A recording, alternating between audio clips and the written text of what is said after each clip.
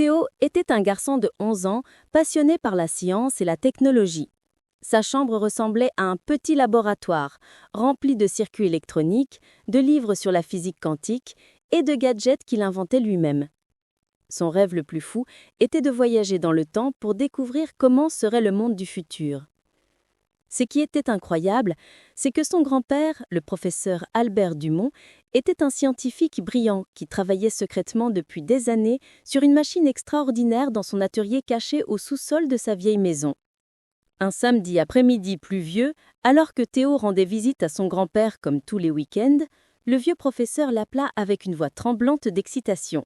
« Théo, mon garçon, viens vite, j'ai quelque chose d'extraordinaire à te montrer. » Intrigué, Théo descendit rapidement l'escalier en colimaçon qui menait à l'atelier secret.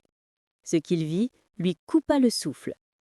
Au centre de la pièce remplie d'écrans lumineux et de machines bourdonnantes se trouvait une capsule argentée de la taille d'une petite voiture, couverte de lumière bleue pulsante et de symboles étranges.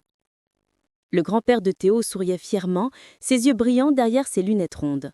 « C'est une machine à voyager dans le temps. J'y ai travaillé pendant 30 ans et elle est enfin prête pour son premier voyage. Et devine quoi, je veux que tu sois mon premier passager. » Théo ne savait pas s'il devait sauter de joie ou trembler de peur. Une machine à voyager dans le temps. C'était exactement comme dans ses livres de science-fiction préférés, mais en vrai. Après avoir écouté toutes les explications techniques de son grand-père, et après avoir promis d'être très prudent, Théo accepta l'aventure la plus incroyable de sa vie. Le professeur Dumont programma la machine pour l'année 3000, exactement 1000 ans dans le futur. Il expliqua à Théo que le voyage ne durerait que quelques secondes dans le temps présent, mais qu'il pourrait rester 4 heures dans le futur avant que la machine ne le ramène automatiquement. Il lui donna aussi un bracelet spécial, équipé d'un traducteur universel, d'une boussole temporelle et d'un bouton d'urgence au cas où il aurait besoin de revenir plus tôt. Théo enfila le bracelet, embrassa son grand-père et monta dans la capsule avec un mélange d'excitation et d'appréhension. La porte de la capsule se ferma avec un sifflement doux. Des lumières multicolores commencèrent à tourbillonner tout autour de Théo. Il sentit une étrange sensation de picotement parcourir tout son corps, comme si chaque atome en lui vibrait à une fréquence différente. Puis, il y eut un flash aveuglant de lumière blanche et soudain, tout devint calme. La porte de la capsule s'ouvrit lentement, Théo prit une grande respiration et sortit prudemment pour découvrir le monde de l'an 3000. Ce qu'il vit était absolument stupéfiant. Il se trouvait dans une ville extraordinaire qui semblait flotter dans les airs. Des bâtiments gigantesques en verre transparent s'élevaient vers le ciel, reliés entre eux par des ponts lumineux suspendus dans le vide. Des véhicules volants de toutes formes et tailles glissaient silencieusement dans les airs sans faire le moindre bruit. Le ciel était d'un bleu cristallin et on pouvait voir des jardins suspendus partout, remplis d'arbres aux couleurs incroyables et de fleurs qui semblaient briller de leur propre lumière. L'air était pur et frais et Théo remarqua immédiatement qu'il n'y avait aucune pollution visible. Alors qu'il admirait ce spectacle incroyable, une jeune fille de son âge s'approchait de lui en flottant doucement au-dessus du sol grâce à des chaussures anti-gravité brillantes qui avaient des cheveux argentés courts et des yeux violets qui pétillaient de curiosité. « Bonjour, tu es nouveau ici ? Je m'appelle Aria. Tu as l'air un peu perdu et tes vêtements sont vraiment vintage », dit-elle en souriant gentiment.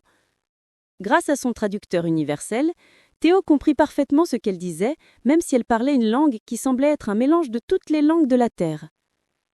Théo décida de lui faire confiance et lui expliqua qu'il venait de l'année 2024 et qu'il voyageait dans le temps. À sa grande surprise, Aria ne semblait pas du tout choquée. « Oh, un voyageur temporel ! Comme c'est excitant, nous apprenons l'histoire de votre époque à l'école. Viens, je vais te faire visiter notre monde. » Aria prit la main de Théo et l'emmena explorer la ville futuriste qu'elle appelait Novaterra, la nouvelle capitale mondiale. La première chose que Aria lui montra fut l'incroyable système de transport. Ils montèrent dans une capsule transparente qui les emmena à une vitesse vertigineuse à travers des tubes de verre qui traversaient toute la ville. En quelques secondes à peine, ils arrivèrent dans un immense parc flottant où des enfants jouaient avec des créatures holographiques qui semblaient aussi réelles que des animaux vivants. Arya expliqua que dans le futur, les humains avaient appris à vivre en harmonie totale avec la nature. Les animaux en danger d'extinction au XXIe siècle avaient été sauvés et prospéraient maintenant dans des réserves protégées.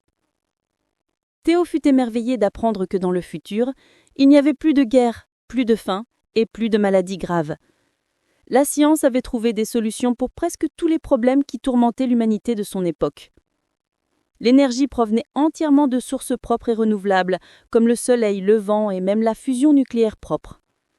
Les océans étaient redevenus purs et pleins de vie. Les forêts couvraient de nouveau de vastes étendues de la planète. Arya emmena Théo ensuite visiter une école du futur. C'était complètement différent des écoles qu'il connaissait. Les enfants n'étaient pas assis à des bureaux en train d'écouter un professeur parler.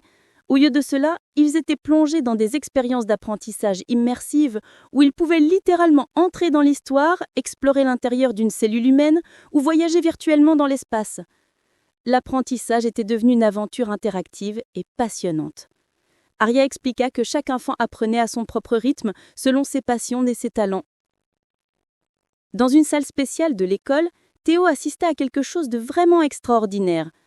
Un groupe d'enfants communiquait avec des enfants vivant sur Mars et sur la Lune en hologramme en temps réel.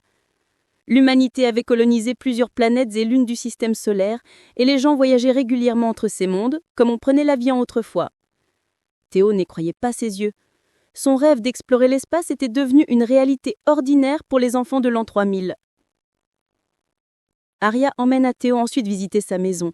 C'était un magnifique appartement dans une tour transparente, avec une vue incroyable sur toute la ville et les montagnes au loin. Les parents d'Arya accueillirent chaleureusement Théo et lui offrirent un repas futuriste composé d'aliments synthétiques nutritifs qui avaient le goût de vrais plats délicieux mais qui étaient créés sans nuire à aucun animal ni épuiser les ressources de la planète. Le repas se matérialisa instantanément grâce à un appareil qu'ils appelaient un synthétiseur alimentaire. Pendant le repas, Théo posa beaucoup de questions sur comment le monde était passé de son époque souvent marquée par des problèmes environnementaux et sociaux à ce futur utopique. Le père d'Arya, qui était historien, expliqua que le tournant s'était produit au milieu du XXIe siècle, quand l'humanité avait finalement compris qu'elle devait travailler ensemble pour résoudre les grands défis. Les pays avaient uni leurs efforts, la technologie avait été utilisée de manière sage et éthique, et l'éducation était devenue la priorité absolue. « Ton époque était cruciale », dit-il en regardant Théo avec respect. « Les décisions prises au début du XXIe siècle ont déterminé notre futur. » Après le repas, Arya emmena Théo visiter le musée de l'histoire humaine.